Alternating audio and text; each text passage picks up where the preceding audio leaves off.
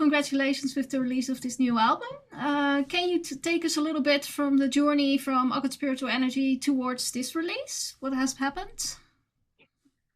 Uh, well, Occult Spiritual Anarchy, it was a little bit of game changer for us because it was first album where Pete Hellraiser was part of, and we kind of, transformed from those electro-industrial times completely into the industrial metal band with the Occult Spiritual Anarchy, and that was kind of first time we worked as a full band on the recording that way, and well, we liked the method with the Occult Spiritual Anarchy. That felt like, okay, this method seems to work, so we kind of continued that even further with the Devil's Evangelion and worked much more intensively together after the compositions were made, like haunt them real good into the form that you can hear now.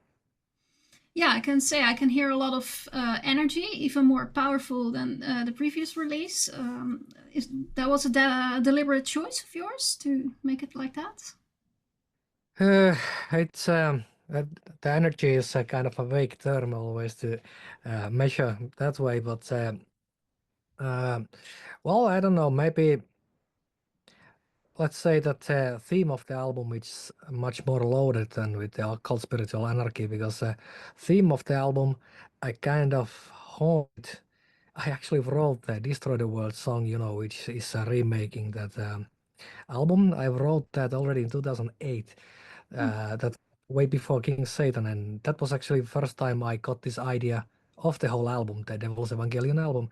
I was supposed to make that album not for King Satan, but I was a part of this band called Saturnian Mist, which played black metal, and I was supposed to do that for Saturnian Mist, but I never felt like musically ready for that. So I always postpone.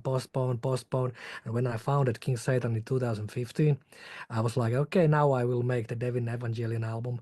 But then I still felt like something's missing. And it was actually 2022 when we were in vacation in Spain. Yeah, we were in mountains there, and it hit me that now I will do it. Now I'm ready for it because a couple of things that kind of clicked, and the whole 14 years thematic thinking, lyrical writing came in together there, and after that, I composed when I returned to Finland. I composed it the fully, and it came it together so fast in so actually short time. So I think if there is much more energy than with the Occult Spiritual Anarchy, it is because of this that the thematic side was so fucking loaded this time, and I kind of let the band also know that this is the theme here is been honing in so many years that we all took it very seriously, and we literally pushed ourselves to the edge, even to the edge that we can even perform as musicians. We wanted to do the very best there. And I think if there is the energy, maybe that is the part that you can hear and define at least different energy than the occult spirituality. Makes sense. I saw in a promo there was a forward to the lyric sheets that you wrote. Why did you choose to include that? Yeah, well, every time I write lyrics, I have a lot of notes, besides the lyrics. I always have a notepad, and I always write my ideas in the lyrical form and prosaic form. But sometimes I have a kind of four words for each song, and like, that what I want to transform into the lyrical form. But this time, when I made the whole album concept came together, that was actually written most of it part the original version in the Spain I mentioned. But I figured out that since this is the first actual concept album with the King Satan, and I wanted to leave that forward to the people who will listen to the album completely and read the lyrics because I'm not sure if it does give any more in depth to it. I guess that's some listeners to find out. But I myself always like when the works of art, music, movies or whatever, if they have certain mythology around it. That you know that there are much more to find out, not just the product itself, but what led to it, what is between the lines and behind the ideas. And I decided to leave that there, and I hope that it will give some kind of well forward to the actual album. Okay, yeah, makes sense. Um, I wanted to look at a couple of the songs on the album. Maybe starting with "Chaos Forever Now," as it's I think the second single that you released. Can you tell me a little bit how did you get to this track and how did you get Nagmar Thomas involved? Yeah. Well, there are actually Thomas and also Rolok. You know Oh the yeah, yeah, yeah. what's uh well we I think it was right before COVID. We were invited to support Nakmar. It was 2019 or something Hmm. when Nakmar was touring in Finland, and we were invited to support them. And I have always loved Nakmar because how they handle and sort of with the whole controversy thing, and you know they are fucking masters with that. And well, like, oh hell yeah, we will go support Nakmar if that's a possibility. And when we went to support the Nakmar, for some reason we get along so well, the whole band. The guys are fucking fantastic people, and we get along very well. We've supported them, and we stayed in touch. And afterwards, even Nachtmar, when they were touring, they invited me to perform as a guest to their shows. For instance, you probably know the song, the sorry, my German is terrible, but the Machine in Unicorn. How do you say it? The, Yeah, you I know know it. that, but when they came to Finland, I think it was after COVID, and we had this idea that maybe that should be translated into Finnish, some part of it. And Thomas and the whole Nakmar was very, because we did that first time when we supported them. But anyway, they invited me to sing some of the verses in Finnish on that tour, and we stayed in touch. And after that show, it was in Tampere. It was a very drunken after party, and I was like saying that, hey, come on, you need to come to sing our song next album as a favor because I was singing on their song. And Thomas and also Rolok, they both were like, yeah, absolutely, absolutely, no questions asked. And they did it. And Oh. that was a fucking fantastic thing. And they're fucking awesome people. And it was a really honor to have them on, on that song. Yeah, now that you say it, I remember that reading about that song being translated to Finnish. Indeed, uh, cool. Okay, and if you look at the song "A Death Before Death," it's a bit more calmer.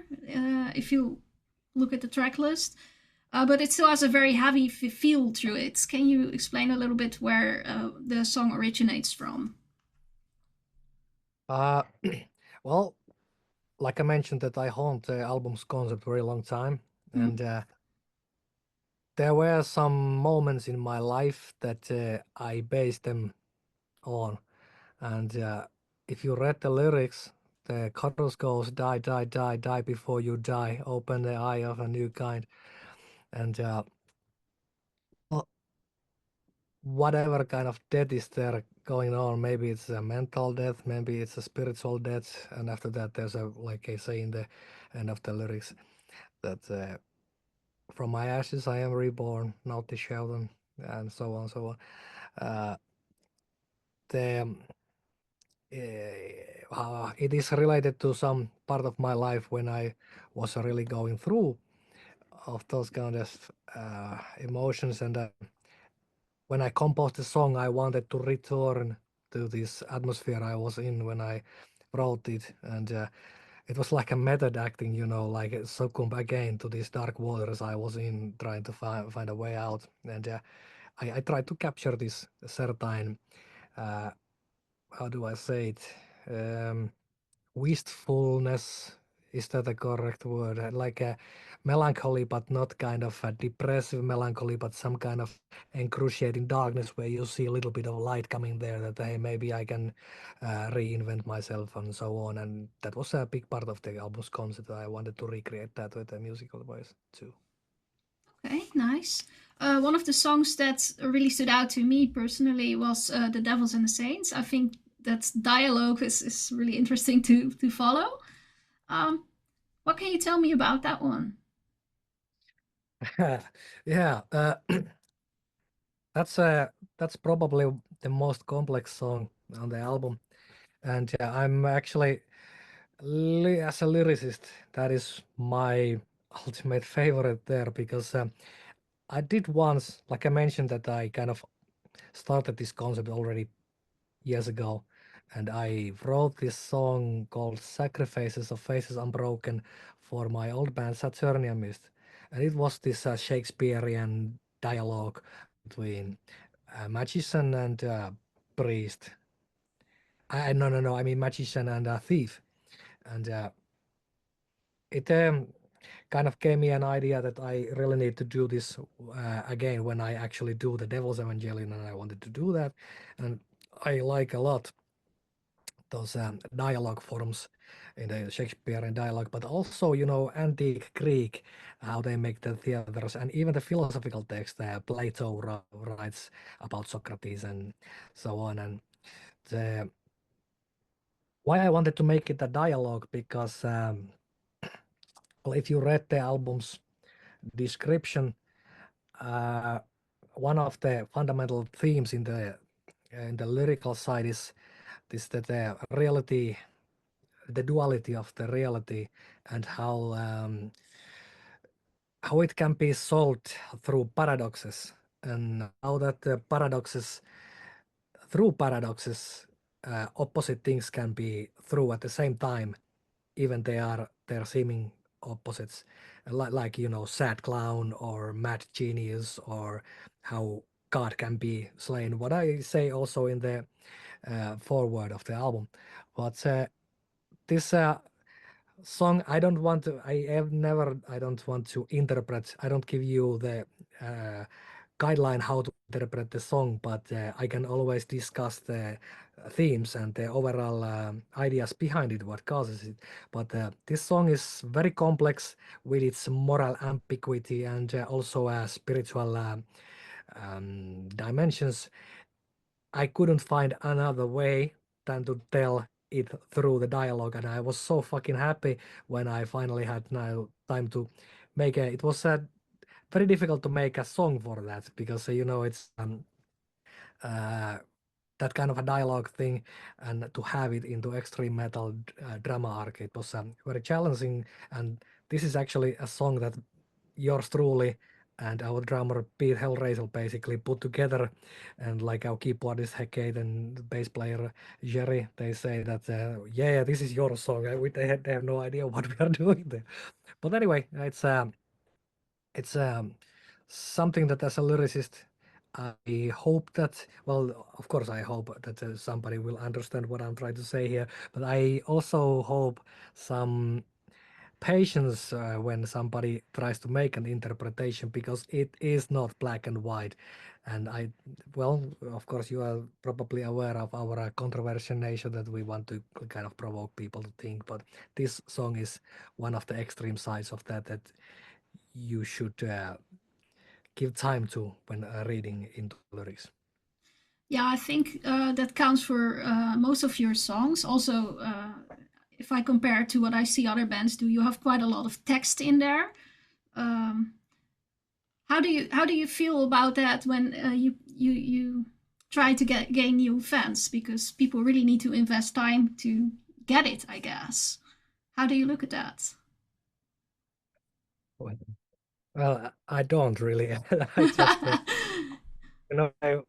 I make what I feel like that, Hmm. what I feel right, and afterwards I'm like thinking that it's not really in my hands if somebody will get it or not. But of course, I like most of the artists, they probably have some kind of innate uh, side of themselves that, of course, everybody wants to be understood or whatever. But I don't really. Sometimes I make a very simplistic stuff. Sometimes I apparently make complex stuff. But when I'm making those, when I'm trying to make the album, the song as an independent work that I have an idea I want to perceive, and then it's out of my hands, and I'm just hoping that it will find the right target audience. Okay, that's nice. It's nice to hear that you can like kind of let that go for that. I was looking at one of the videos that you made for New Age Gospel. How do you see this visual aspect as being part of the King Satan experience? Uh, well, I as an artist, I started making, directing, and producing music videos very long time ago, and I kind of do that for a living too, which is why it's funny to and nice to make videos also for yourself. Frankly, my day job in the past, I made a commercials, and I fucking hated it because yeah, I can do that, but in there you have to fulfill somebody else's vision, and most of the time they don't know even what they want, and it's very frustrating thing. And then it's on the other side to make videos for yourself and for your own art. It's much more fulfilling. It's much more stressful, of course, because it's your own stuff that it's very difficult, to let some things go. And I'm a kind of a perfectionist in some of things, but for me it was ever since the day one. It was for me very important factor to that I can influence also to the visual side, that there are some I want to translate certain things into the visual imagery, and also of course well, promote the band as well. But New Age Gospel, it's, well, I think I mentioned that in the press release also, but I took a lot of inspiration for this album also from the, church music, religious hymns and anthems. You know how they, I was fascinated, always been fascinated about the fact that there are a lot of melancholy and sadness there, but it's most often in those compositions it is not excruciating or depressing, but it is somehow managing to be melancholic and uplifting at the same time. Do you know what I mean? Mhm. And since I captured this thing, I wanted to capture this thing to the songs. New Age Gospel as a starting song, I wanted to translate this same kind of contrast between melancholic thing and uplifting thing into our industrial metal music video kind of thing, where are some spiritual elements but brought into the uh, like a modern urban context, which is why there is the anarchistic rally and dance party in the hallway, and then the rituals are taking place outside. So it's in a way I want to add another layers to the art around it, to like make it a continuum from the lyrics, music, visual imagery, and kind of, for me, I always, even I'm probably most known as a musician, but I kind of identify myself also as a video artist because I do also the backing visuals to the live shows, and that is one of my mediums as well. Okay, that's very nice. If you look at the track list, is there one song that you enjoy playing most, or did you want to highlight for people to look at? Uh, well, we have only played two songs of them live because the album was out last Friday, Mm. and but well, I'm very curious to see how the songs will turn out live. New Age and Gospel and Chaos Forever Now are actually so far the only new songs we have managed to play. We have first album release shows. They're coming. They're not yet happened, but I'm looking very much forward the Carnivalesque of Dark and Light song, because that